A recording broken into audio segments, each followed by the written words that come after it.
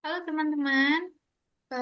Di sini kita dari batch pertama Laksar dari kelompok B4 akan sedikit memaparkan mengenai isu-isu strategis kontemporer. Tapi sebelum dimulai, kita coba dulu kilas balik mengenai materi yang sudah kita pelajari di hari kedua pada tanggal 31 Juli 2025. Oke, pada hari kedua Latsar ini kita membahas mengenai isu-isu strategis kontemporer, diantaranya yaitu isu narkoba, terorisme, konflik kepentingan, money laundering, proxy war, mass communication, COVID-19, dan ada korupsi. Oke, korupsi ini akhir-akhir ini menjadi topik yang panas ya, yang dibicarakan di baik itu di media sosial maupun di berita-berita. Sebelum lanjut ke topik yang mau kita bahas, sebelumnya mari kita perkenalan dulu ya. Eh, saya sendiri, Herni Maulina Rahayu, dengan nomor daftar hadir 70, saya dari unit kerja BBPJN DKI Jabar. Kemudian ada teman saya selanjutnya.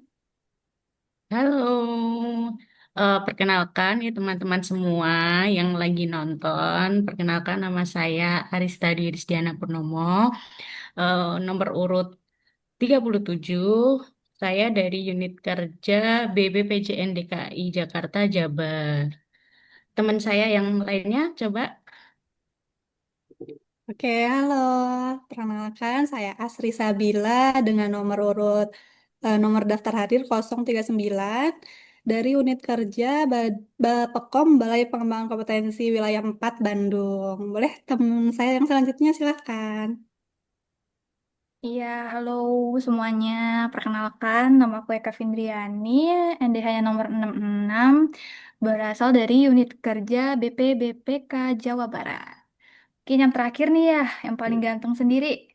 Wis. Silakan. Halo semuanya, nama saya Enggar Prabudiantara dengan NDH nomor 68 dan saya berasal dari unit kerja Balai Besar Pelaksanaan Jalan Nasional DKI Jakarta, Jawa Barat. Kembali ke Mbak Herni. Oke, makasih semuanya. Di sini kita akan membahas sedikit banyak mengenai isu-isu kontemporer yang sedang hangat dibicarakan di Indonesia. Salah satunya mungkin yang lagi happening ini perihal korupsi ya teman-teman ya. Mungkin ada cuplikan video atau berita yang bisa ditayangkan, silahkan.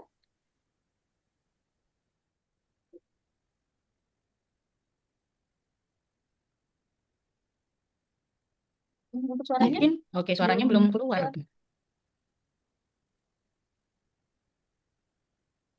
Oke, di sini banyak sekali kasus-kasus korupsi yang sudah terjadi ya teman-teman. Di antaranya yaitu eh, tuduhan korupsi saat menjadi Menteri Komunikasi dan Informatika Kabinet Indonesia Maju. Kemudian ini untuk Juliari Batubara ketika menjadi Kabinet Indonesia Maju yang mengkorupsi dana COVID-19. Oke, kemudian ini mengenai klasemen sementara Liga Korupsi Indonesia. Biasanya liga ini identik dengan sepak bola ya teman-teman, tapi ini ternyata korupsi di Indonesia dengan urutan tertinggi itu tadi adalah korupsi yang dilakukan oleh Pertamina. Oke, juara umum ya. Mungkin sedikit banyak kita tahu Pertamina itu eh, beberapa waktu yang lalu eh, terendus korupsinya karena Kejagung itu sudah pernah melakukan penyelidikan dan menemukan bukti bahwa adanya praktik pengoplosan BBM jenis Pertalite, yaitu yang RON 90 dioplos jadi Pertamax RON 92 di fasilitas penyimpanan atau depo milik Pertamina. Nah,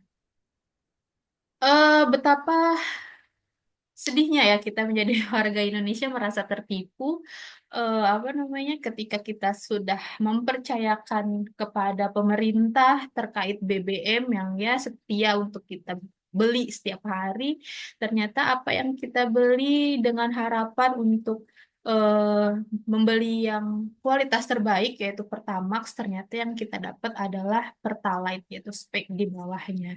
Nah, Bagaimana kira-kira menurut teman-teman mengenai isu korupsi Pertamina yang tadi dijelaskan itu ada di urutan paling tinggi ya di Liga Klasemen Korupsi di Indonesia?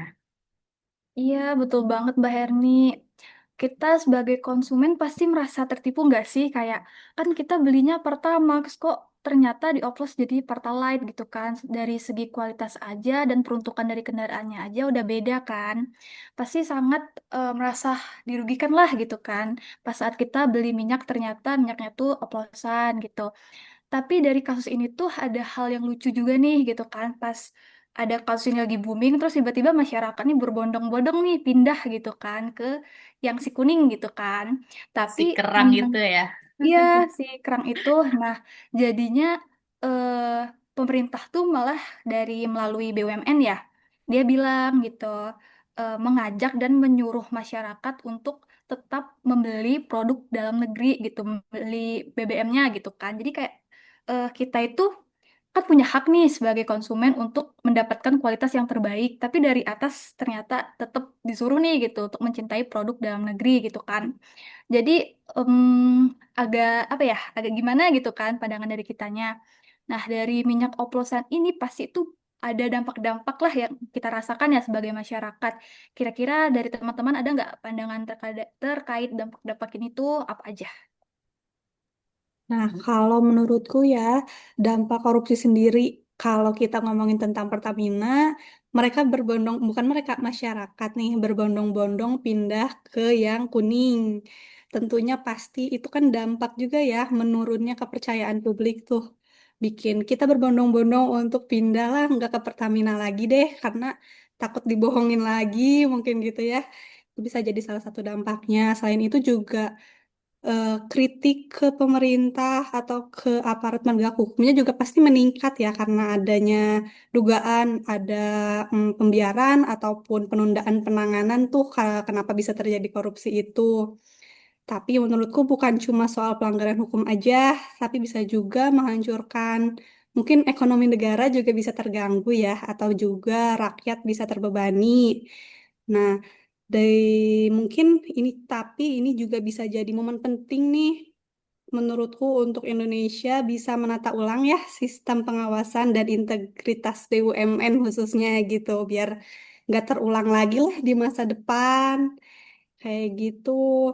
Nah, menurut teman-teman dari dampak-dampak ini bisa nggak sih ada upaya penyelesaiannya? Kasus ini tuh ditangani secara serius oleh Kejaksaan Agung.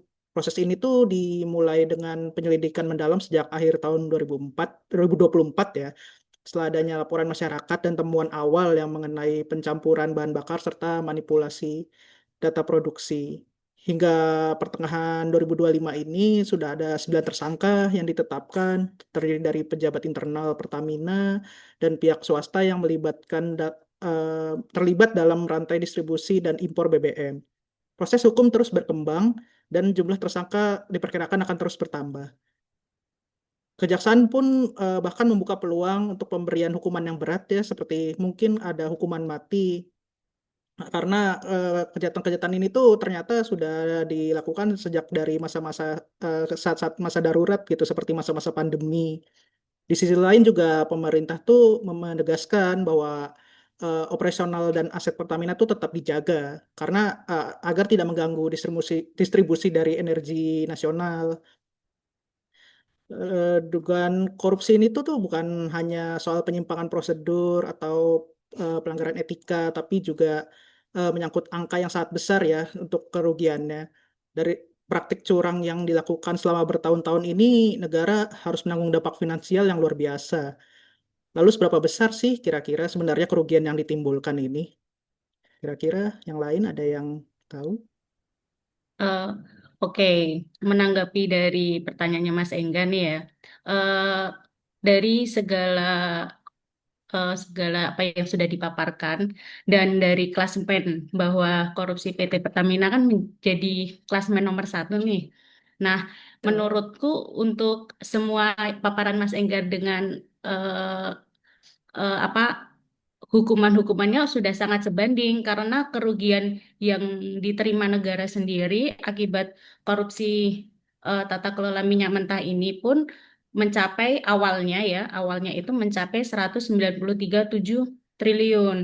Nah, dari kerugian itu belum ditambah dengan kerugian ekspor minyak mentah dalam negerinya, belum ditambah kerugian impor minyak mentah via brokernya mungkin, atau belum ditambah impor BBM via broker, terus kompensasi BBM-nya, terus subsidi BBM-nya. Nah, dari situ semua, kejaksaan pun juga sudah mengakumulasi gitu sepanjang periode 2018 sampai 2023 ini, total kerugian yang diakibatkan oleh korupsi PT Pertamina sendiri itu sangat meningkat gitu secara signifikan, bisa mencapai 968,5 triliun, bahkan bisa mungkin jika dihitung sampai sekarang pun itu bisa mencapai 1.000 triliunan.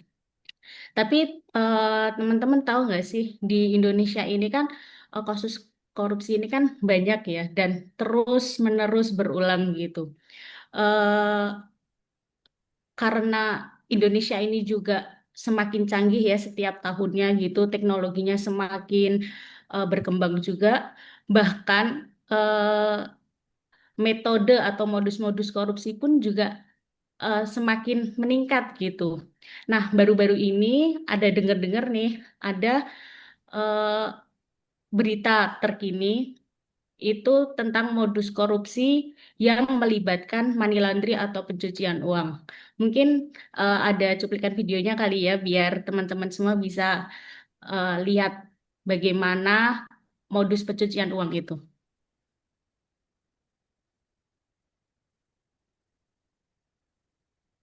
Nah, ya kan, modus pencucian uang, korupsi disamarkan dari perusahaan cangkang yaitu.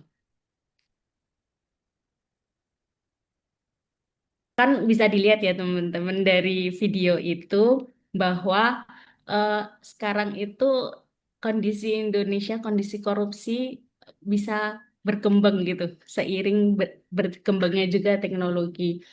Jadi modus korupsi ini bisa beragam, bahkan sekarang ini dengan adanya money laundry ini hasil korupsi tadi bisa disembunyikan gitu. Hasilnya bisa disembunyikan eh, dengan menaruh uang hasil korupsi itu tadi ke rekening lain atau dimasukkan ke dalam perusahaan tanpa nama atau perusahaan cangkang gitu. eh Kan sangat menakutkan ya sebenarnya di era sekarang ini. Tapi menurut teman-teman nih, gimana sih tahapan-tahapan sampai money laundry ini bisa terjadi?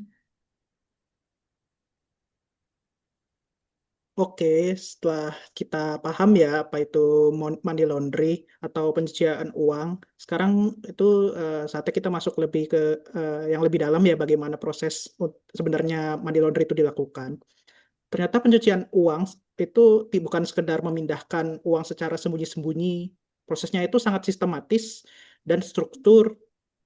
Biasanya dilakukan dalam 3 tahapan utama. Dan setiap tahap punya peran penting untuk menyamarkan asal-usul uang yang diperoleh dari kejahatan tersebut. Yang pertama itu prosesnya ada disebut placement atau penempatan. Ini adalah saat di mana uang hasil kejahatan biasanya dalam bentuk tunai dimasukkan ke dalam sistem keuangan yang bisa lewat setoran tunai ke rekening bank, pembelian aset seperti mobil mewah, atau lewat bisnis yang tampak legal seperti restoran atau toko. Tujuannya itu adalah agar uang haram itu tuh masuk ke dalam perputaran ekonomi. Setelah itu ada tahap yang kedua yaitu layering atau pelapisan. Disinilah proses penyamaran dilakukan.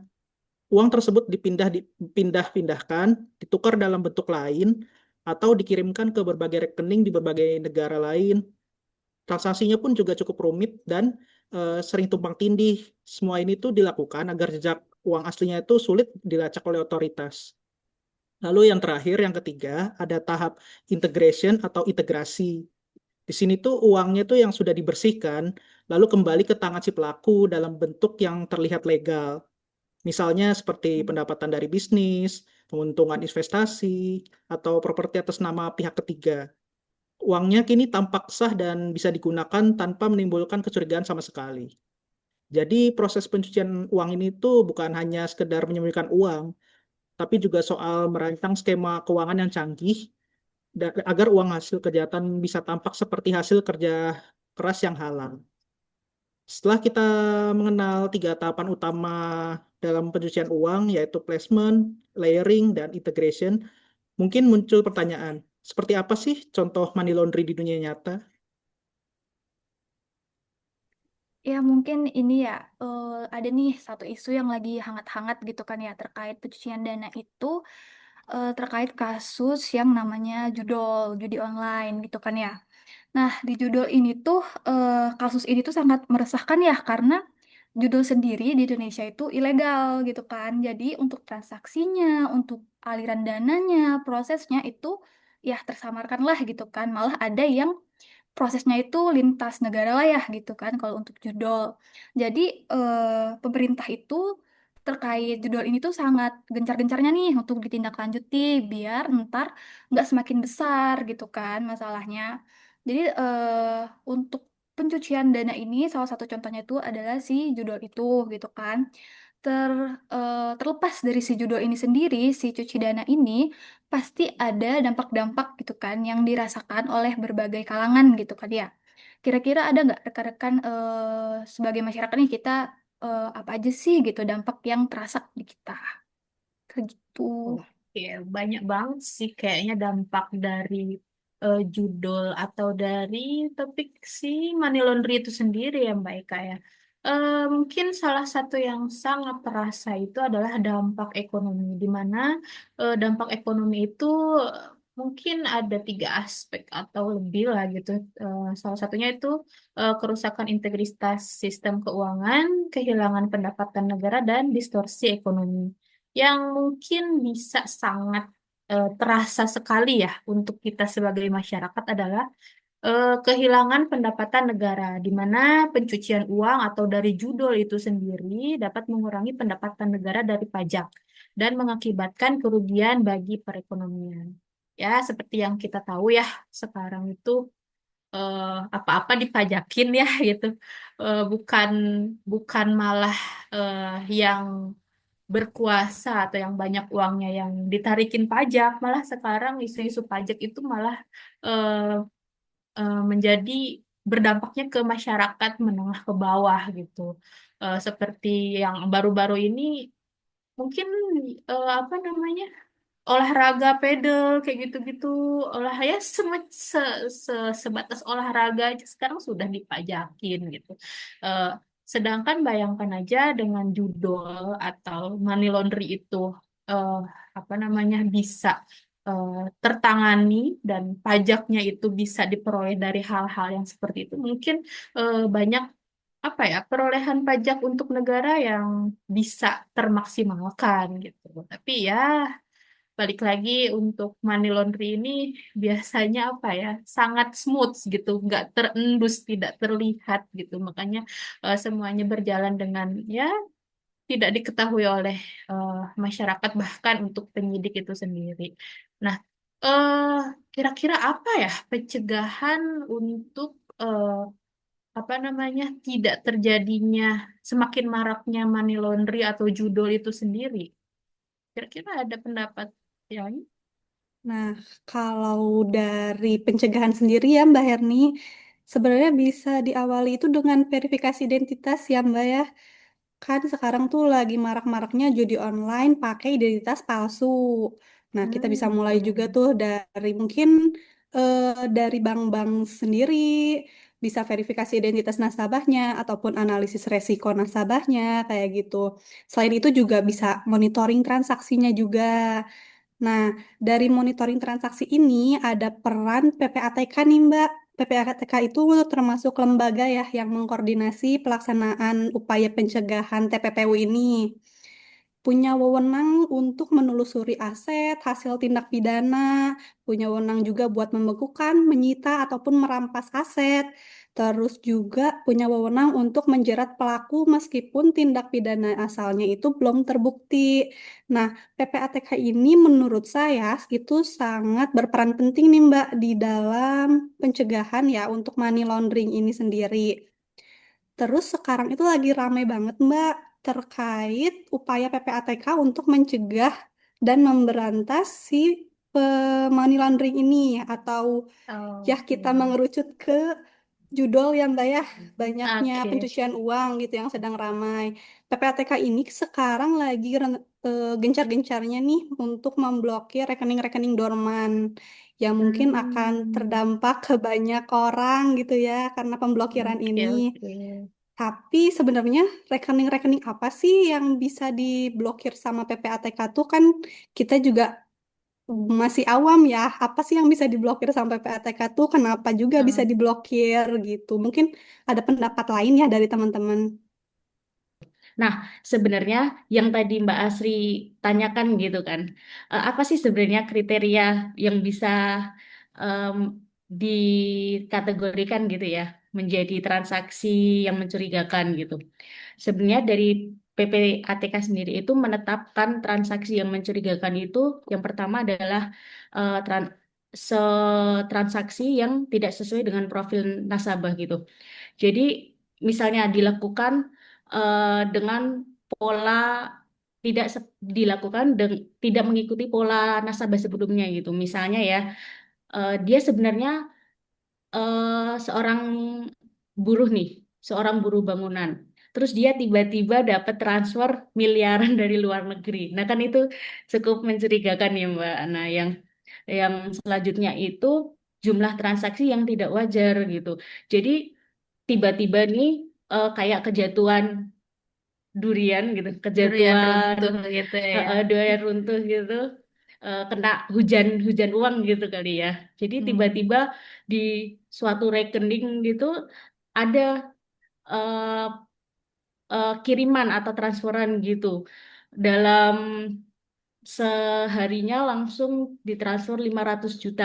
Terus setiap minggu ditransfernya 500 juta gitu. Padahal dia tidak tercatat tuh ada bisnis aktif di situ. Nah, itu juga menjadi kriteria dan catatan ya dari Hmm. PPATK sendiri.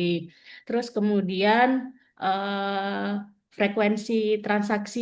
Jadi ya kayak tadi dia ini biasanya nggak pernah nih eh, transfer dalam jumlah yang besar, tapi dalam beberapa hari dia transfer terus dalam jumlah misalnya 100 juta terus. Nah, itu kan juga eh, agak mencurigakan ya Transaksi di luar sebenarnya. wajar Iya, si nasabah itu ya berarti betul. ya. Iya, terus Oke. hmm, kemudian ada transaksi menggunakan rekening orang lain gitu. Itu transaksi misalnya eh, kan biasanya ada tuh dia kerjanya apa gitu. Misalnya ibu rumah tangga nih. Dia tertulisnya ibu rumah tangga, tapi dia tiba-tiba dapat transaksi berapa ratus juta dari oknum siapa, dari apa misalnya bandar atau apa kayak yang seperti seperti itulah yang menjadi kriteria-kriteria dari PPATK menentukan bahwa transaksi itu mencurigakan. Nah, eh, tapi ya teman-teman dari kriteria-kriteria itu tadi sebenarnya menurut teman-teman nih, kenapa pemerintah itu menetapkan kebijakan seperti itu gitu. Walaupun bagus ya itu kebijakannya, mungkin dari teman-teman bisa ada yang memberikan pendapat kan. Mungkin kalau untuk kacamata pemerintah gitu ya, di ini tuh kan mungkin pencegahan dari si isu yang sebelumnya itu tentang cuci dana ya. Nah, jadi kebijakan ini untuk mengidentifikasi atau mendetek gitu kan, kira-kira rekening-rekening mana yang disalahgunakan oleh orang-orang atau oknum. Jadi sebelum duitnya udah tumpuk di sana gitu kan, jadi kita udah tahu duluan. Jadi kita bisa menindaklanjuti gitu sebelum terjadi kasus-kasus yang lebih besar gitu kan ya. Dan juga di situ tuh kebijakan ini membuat masyarakat lebih awareness gitu kan untuk mengelola, memanfaatkan rekeningnya dengan bijak. Seperti itu sih. Nah, mungkin kan itu dari pemerintah sebagai kebijakan gitu kan ya. Nah, sedangkan kita itu sebagai pihak yang terlibat. Kira-kira ada gak sih POV dari masyarakat itu sendiri gitu kan ya? Ada nggak kira-kira teman-teman? Ya, pembekuan rekening ini ya sepertinya itu sangat menyulitkan masyarakat ya menurut saya karena kalau rekening dibuka itu kita harus menghadapi proses klarifikasi yang tidak sebentar jika ingin rekeningnya dibuka lagi. Seperti harus mengurusnya ke bank, menjelaskan asal-usul dananya itu dari mana, menunjukkan dokumen pendukung dan lain-lain seperti itu. Eh, Terus juga untuk dampak bagi masyarakat ya, bayangin aja jika seseorang mendadak nggak bisa akses dananya hanya karena rekeningnya dianggap mencurigakan, terus bayangin di situ juga ada dana-dana penting seperti dana pendidikan, biaya rumah sakit, hingga gaji pegawai gitu ya, tiba-tiba terbekukan dan tidak bisa diakses gitu. Hal ini mengganggu aktivitas ekonomi Hmm, seseorang, tapi juga bisa memicu krisis betul, kepercayaan betul. juga terhadap sistem. Selain itu juga pembukaan rekening juga bisa berdampak pada reputasi seseorang ya menurut saya. Karena belum tentu terbukti bersalah, tapi namanya muncul dalam berita soal pembekuan rekening. Bisa saja langsung jadi dicap seperti pelaku kejahatan padahal itu bukan kesalahan dia gitu. Jadi menurut saya sih sangat berdampak bagi masyarakat. Itu sih sedikit Oke. gambaran dari saya mengenai dampak pembekuan rekening terhadap masyarakat. Tapi agar lebih memahami konteksnya, sepertinya kita juga perlu contoh kasus nyata ya di lapangannya gitu. Oke, beberapa waktu terakhir saya sempet nih Mas Enggar lihat berita di sosial media terkait PPATK ini yang membekukan rekening salah satu eh, masyarakat gitu. Jadi sepertinya si orang tersebut menggunakan satu rekening itu untuk menabung. Jadi transaksinya itu hanya menerima. Nah, pada suatu hari dia itu mau menggunakan uang tersebut untuk operasi bahkan yang darurat gitu ya.